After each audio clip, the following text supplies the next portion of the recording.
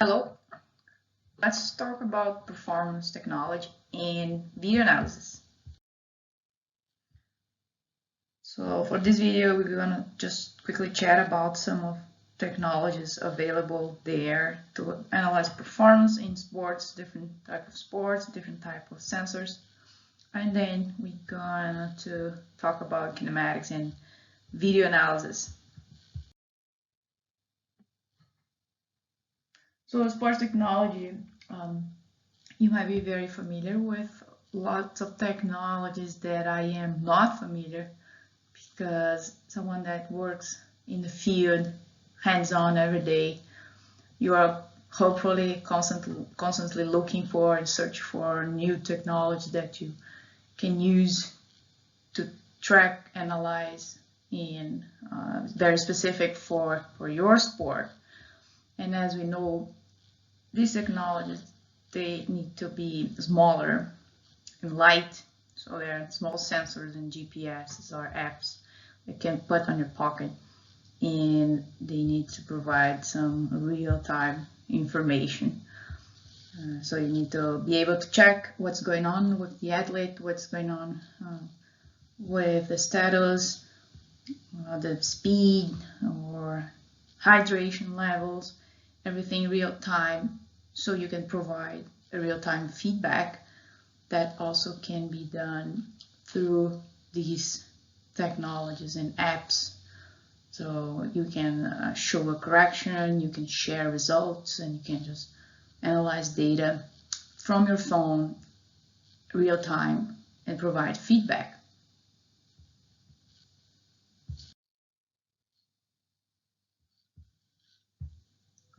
These technologies nowadays, they have a fancy name, which is wearable tech. That means you can wear it. They are very small. And so here's some examples.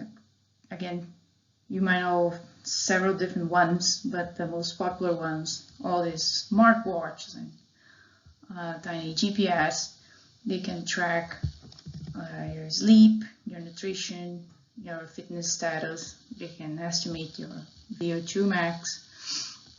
They can just check health overall, your oxygen consumption and like saturation, your breathing rate, your sleep quality.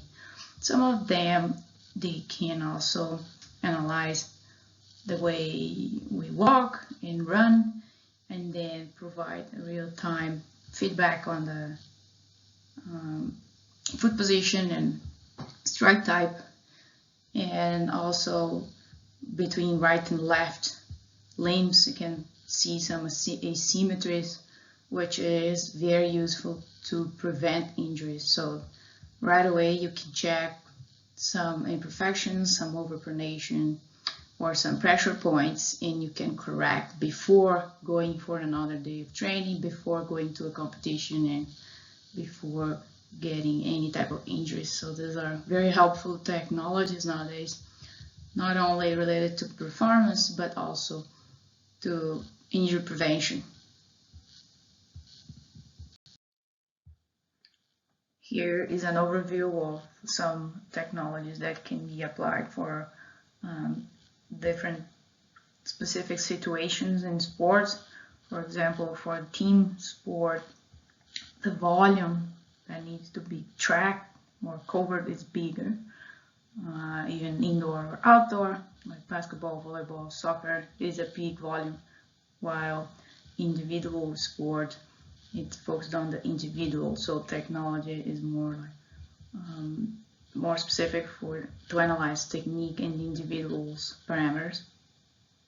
The team sport ones, these technologies are less precise and accurate in terms of compared to the individual ones. And some of them, the most popular one for team sports is the electromagnetic system, or EMS. This technology finds the position of each player by using the time that the electromagnetic waves or radio waves will travel from one base station to another station. so that can cover a large volume. But however, they are less accurate than the optoelectronic ones, and they don't need to have any marker site or any line of sight. That's what it says here. And can also be used indoors because it does not depend on an external satellite to transmit signal. So that's why it can also be a good one for indoors. It's a bit sensitive to the environment, like if you have, because it's electromagnetic waves, if you have some ferromagnetic or aluminum or iron material, it can interfere with the accuracy of the data. And also if the bays are too far from each other, that can also change the precision of the data. So some indoors GPS are also based on this technology as well. Now there's another one, IMS, so image processing system. It is more and better accuracy than the EMS. They also cover large area, cover large volume, larger space than the optoelectronic one, which are just kinematics. This is just camera kinematics.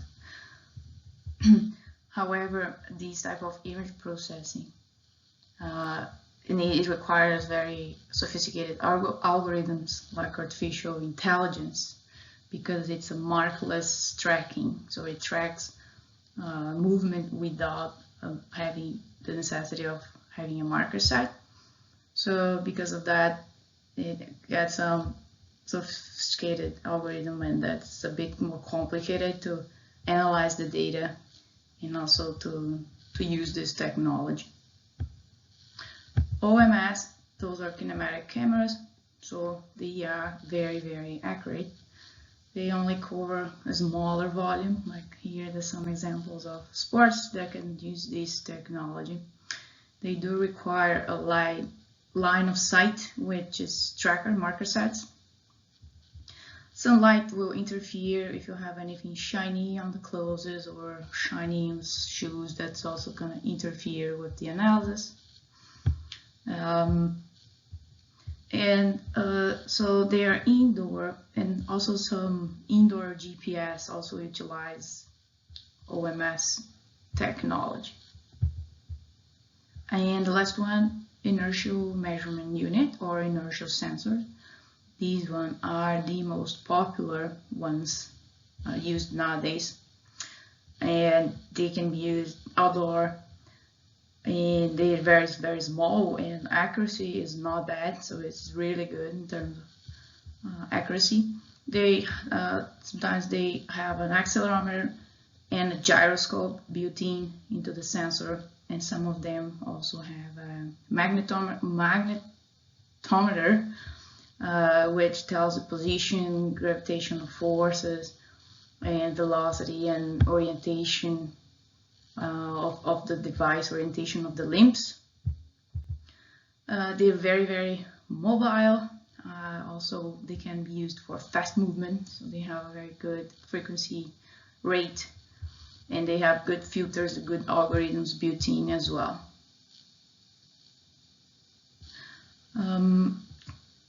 So let's see some examples here. So this is IMS system, so inertial sensors. There's a famous one, catapult, so that the athletes for football or team sports, they can be tracked real time, and the sensor is composed by a gyroscope, accelerometer, and magnetometer. So it measures all the orientation of the body, forces, and direction of each player, because there's only one sensor that goes on each player. Otherwise, if you put those sensors on the limbs, it will actually measure for each limb. But in this case, they're just concerned about some stats, like position in the field, like the amount of distance traveled, velocity, acceleration, change in direction, number of jumps, the load in terms of impact using the accelerometer, the load in the specific group of muscles like hamstrings and glutes. What else? And also for tactical and strategical analysis, so they can see where the players are and how to improve that strategic composition of the team. Those are some more other examples for IMS. So as I said, you can use them on each specific limb, and this provides a kinematic analysis because it tells us the speed, distance, angles, angular speed, angular acceleration, everything that kinematics tells us, but it's way more portable, and it can be used outdoors as well. And there's several different type of applications. Some examples here for tracking skiers and rowers and runners. And also, so this one is virtual reality.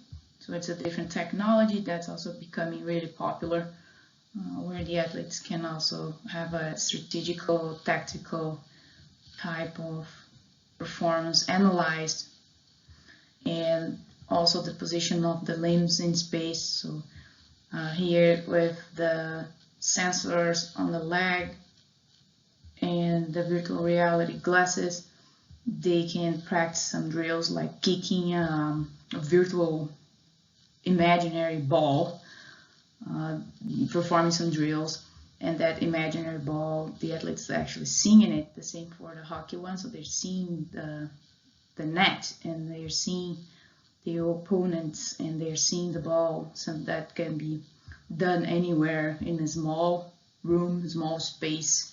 You can just take the entire field or the entire ice, in the case of the skier here, to a simple visualization technique.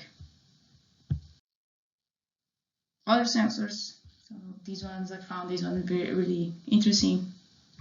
So these artificial intelligence sensors for biomarkers analysis. So basically biomarkers would be everything from oxygen consumption, oxygen saturation, hormones, so hormonal balance, nutritional status, that tells nutritional status, muscle damage by telling the inflammation components of the muscle that can measure inflammation in the muscle, and other things very cool related to chemical components and biomarkers analysis. And also hydration sensors that can really tell us the real time during the very long distance races. It tells if the athlete needs more or less specific type of electrolytes in hydration, which can be very helpful to improve the athlete's score and performance. So all these technologies are really cool, and they seem that they're all, you want to use them all, but there are three things that you need to pay attention when you strongly rely on this technology. The first one, these technologies, they need to be evidence-based. They need to be scientifically proved. They need to go under a validation process instead of just guessing or like having very weak algorithms to estimate results versus strong algorithms based on larger data set. Those are the ones that you need to pay attention to this, like go to the website and read how this was built in, how it was validated, all the publications around it. This is very important. They also need to be movement specific. So if you're analyzing using an app, and the app is for built for cyclists, you're not going to use the same app for cycling to measure rowers, because rowing and cycling is not the same type of movement. So in this case here, so the muscle gain, muscle adaptations, in the cardiorespiratory or physiological responses, they are very, very specific to the activity itself.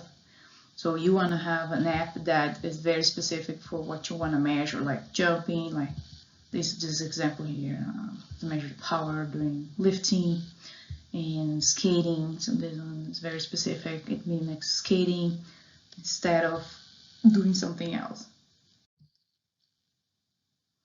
Also, you need to go for a more individual type of analysis. You use technology for specific technologies for each one, because one single result does not fit all.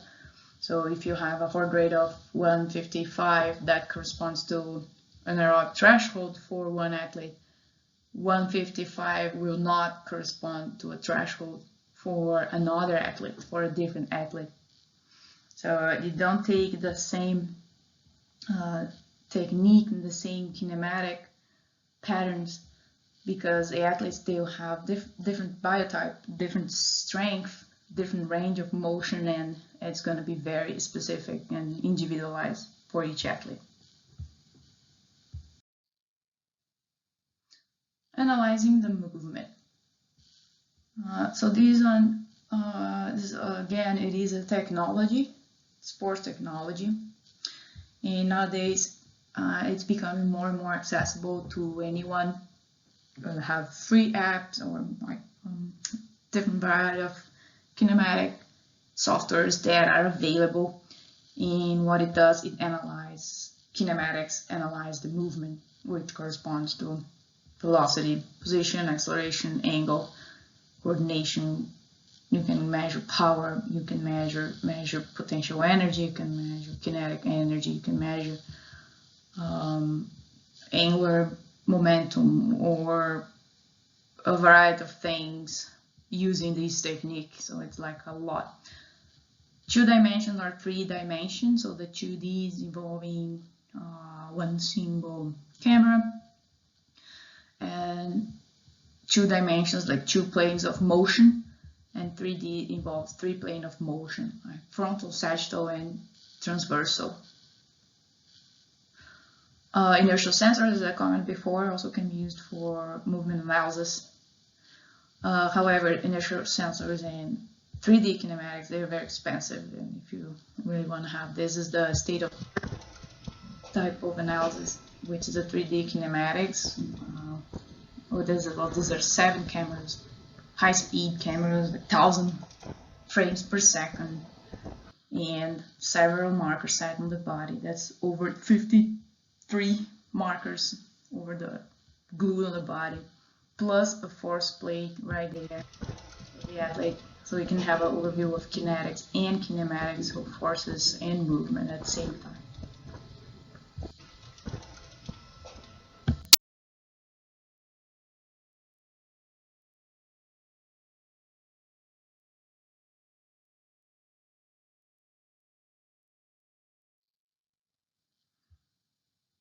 So talking about kinematics and technology, some, as I said, nowadays they can install on your phone. Those apps are less capable. The ones that they're very simple, user-friendly, small, like it's not heavy in terms of processing and algorithms. Real-time analysis, you can do real-time feedback and share real-time, but they're less capable than kinematic softwares. So those are some of the softwares for kinematic. They require more machine, more processing power from the tablet or the computer. And the Kinovia is the one of the main ones that we're gonna use here in the next classes. And this is the link to download it. It's free. SkillSpectre, it is more capable than Kinovia. It's also free, but it's a bit more complicated than Kinovia as well. And Dartfish, you might be very familiar with this one. Very similar, does very similar things than the Tracker. Not Tracker. Dartfish is very similar to Kinovia, and then Tracker is the most capable of them all, because there's a lot of options that you can use and features from this tracker. And this Pascal Capstone is another one that is not free, but it's also very good. This is just an example analysis that I've done on this one. I used Dartfish, so it's nice because you can have the animation, the animated model there as well. However, as I said, Dartfish requires more steps than Kinovia, specifically for the calibration process. It requires a volume and a very individual video just for calibration, so that's just a few more steps than Kinovia. So for video analysis, there's several things that need to be checked before recording the video. And here I'm just gonna quickly chat like an overview of these items to be checked, but we're gonna do it one by one, hands-on, in the future. When we're gonna use the softwares, you need to install one of these software in your computer so you can work together. But today, just quickly, so you get familiar with video analysis, and the first thing you need to think of is the camera setup. How do you position the camera? What's the speed of the camera? How many frames per second do you need in order to properly analyze the movement?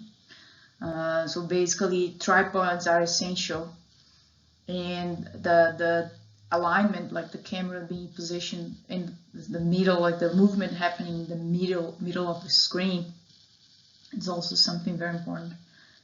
The frames, it depends if your movement is fast or slow. You need the faster camera for fast movement. And they can have two cameras at the same time for like frontal and sagittal plane. That's another option. It depends on what you want to look at. Marker sets, those are reflective or non-reflective markers that you need to place the markers on top of each joint in order to track each marker and analyze the movement of each marker individually later using the software. So again, we're gonna go one by one, where and why do you need these markers and how to position the markers. It's gonna be in the future, we're gonna see that. This is about marker side. If you're only doing like upper body, so you only need some marker sides on the upper body. If you only do a sagittal view, one side, you only need the left side of the body, not both sides. So this is just, it depends on what you want to analyze. And the last step of video analysis is called calibration. Calibration means that you need to tell the software what's the real unit, what's the real measurement is, so the software can convert all the pixels into a metric unit. For example, here we have this picture in the middle, the guy doing pull-ups, and the real measurement is the distance between, let's say, one post to another post, and this distance is 2.53 meters. So all you need to do is to tell the software the known distance from here to there, and everything else gonna be converted to meters per second square, instead of pixels and pixels per second, which doesn't mean anything to us.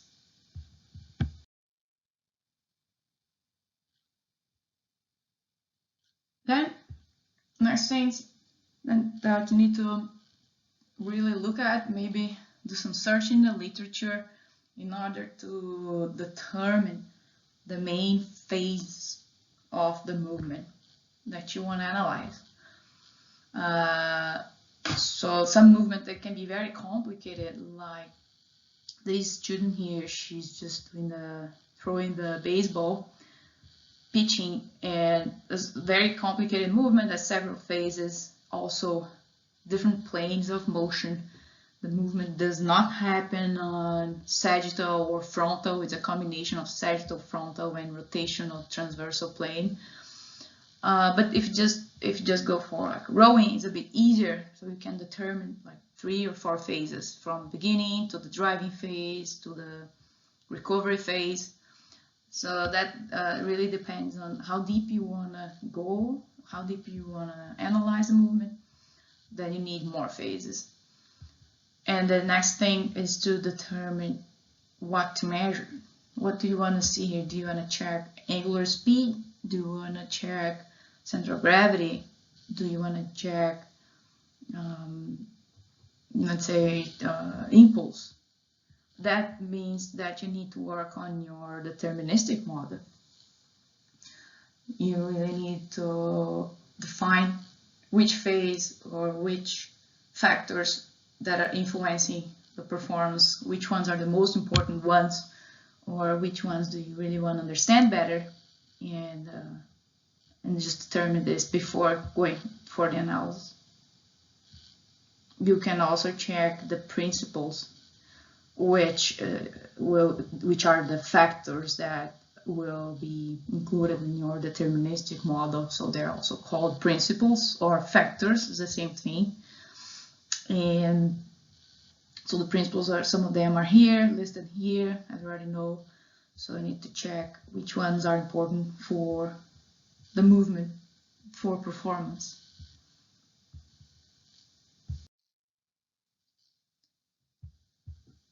And here just some basic type of kinematic factors that Kinovia can measure. So this software here is the Kinovia one.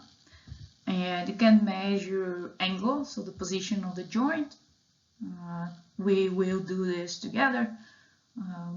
So we're going to have a hand-on how to measure angles, but that's really cool to have this idea of angle position, so we can either compare to the literature with like elite athletes and see how far they are from that number.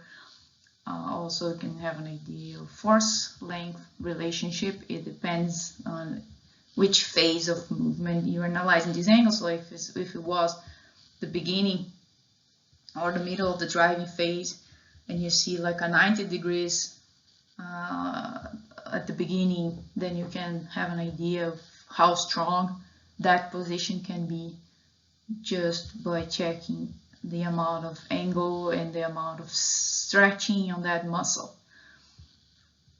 Range of motion, so we can tell if there's any limitations in range of motion and amplitude just by checking this. Consistency as well, like if the angles are similar from stroke to stroke, and if the movement is consistent over the time. Kinovia also is very good, very easy to use for distances and speed. So you can track one specific marker that could be any marker of interest. Like here we use the wrist, because the wrist is the one directly in contact with the handle. So that means that all the kinematics like speed, distance, and power and velocity here will be transmitted to the handle and to the water if this was a boat. So you can check the acceleration path, like and check the principles. Do you want more or less acceleration path? The trajectory of center of gravity. If you cannot calculate center of gravity itself, you could track the hips, and the hip will have a pretty roughly an idea of center of gravity path as well. You can check for consistency, peak speed, instantaneous speed. Is it the same on each stroke, or is it fluctuating, and why? Asymmetries, right and left, limbs and legs and arms, is that the same? Why, and how to correct that? So there's a very easy way of doing all this. Kinovia does not calculate does not tell us angular speed or angular distance, neither the average speed or instantaneous angular speed. So if you need to have this information, you can use a formula to calculate angular speed, which is based on distance over time. So speed is distance over time. In this case, it's angular. So it's change in the angle position from frame A to frame B over the time that it took for this change to happen.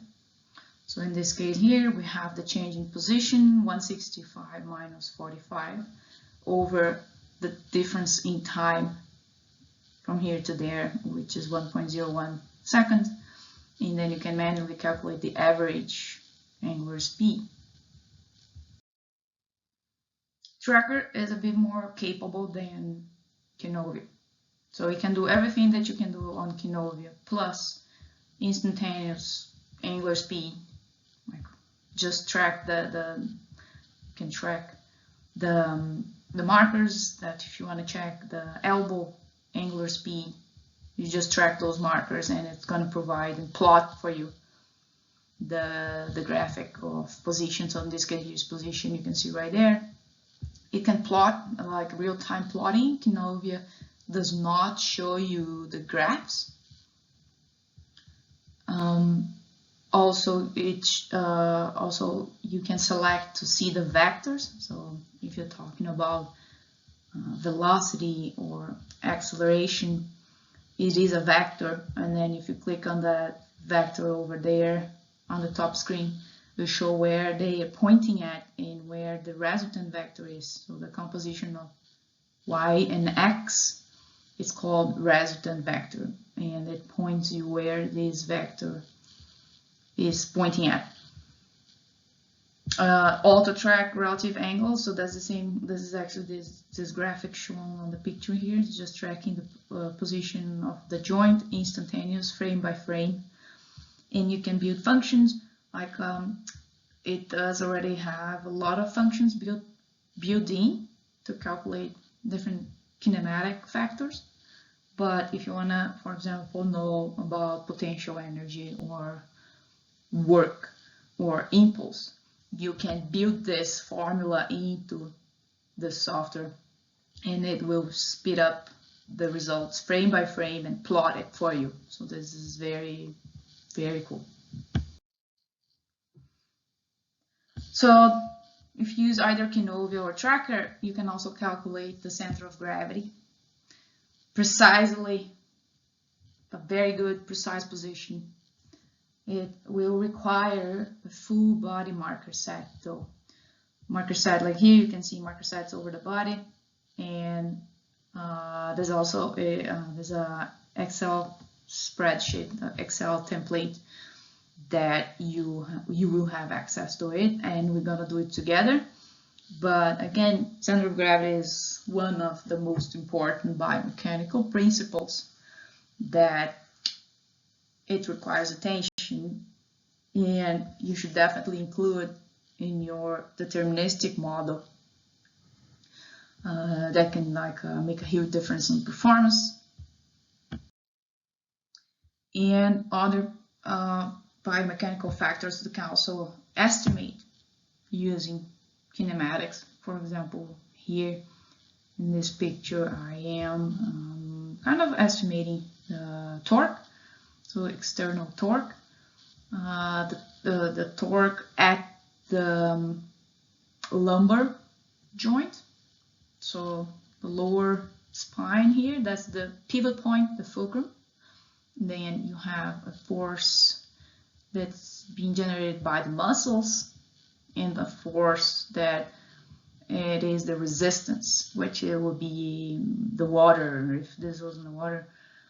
Then you can trace that line of action of the force in blue, and 90 degrees you can draw the lever arm, which is the lever, the distance from fulcrum to the force, and then you can check how much the resistance is causing torque, and the legs, that's opposite torque.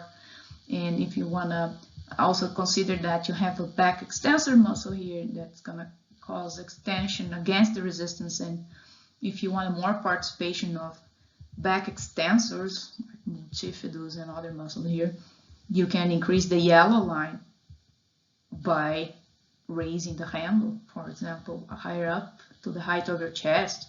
So you can change this relationship between participation of the legs and participation of the upper body as well, having a good idea of this. Angle of projection, if you're talking about jump or throwing an object, that can be a nice thing to do is to check that angle, moment of inertia, if you're spinning or running, or even here for rowing we have moment of inertia because the legs are spinning, and everything that spins can be calculated. Power, so you have velocity. If you have just force, that can be estimated, like when you're walking or when you're skating, that you have your body weight. So you know that the body weight will be a force pointing down, and you can estimate power by having the velocity of the center of gravity out of these softwares, and then you can plot power at the same time. Angular momentum is just related to moment of inertia. It's the amount of torque that you can apply times the moment of inertia, so it's the total angular movement. Energy and work, so you just need to use the formula for energy and work. Coordination between right and left, or between upper limb and lower limbs. That's very specific type of coordination analysis that can be done using kinematics. We'll do all this coordination and impulse. We'll try to calculate and have a hands-on on this one by one in the future. And these are some examples of kinematic analysis. So this is just people using the software for some ideas to check some theories. Some of them are just based on empirical guesses from the coach. Some of them are based on papers and the proper way of measuring. I would always go for the second one.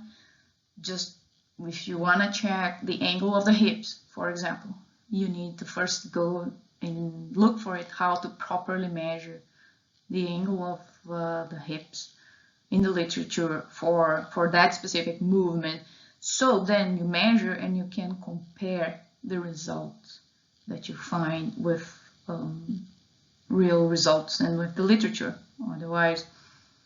Otherwise, it's okay. You can just compare between before and after intervention for one athlete. That's also possible. So again, just some examples here, just to inspire you to think and to use kinematics in the next classes. Have come here with some ideas, and again, build that deterministic model and have some clear factors and clear principles that you want to check. So this is just comparing two different athletes, right? You can also use to compare an athlete before and after an intervention. So this is just some examples, like the line of action, and this is the torque, the rotational torque for the tennis player. So how much he's using the rotation of the body versus flexion, anterior flexion of the body. So different muscles in action here. Some angles, trajectories.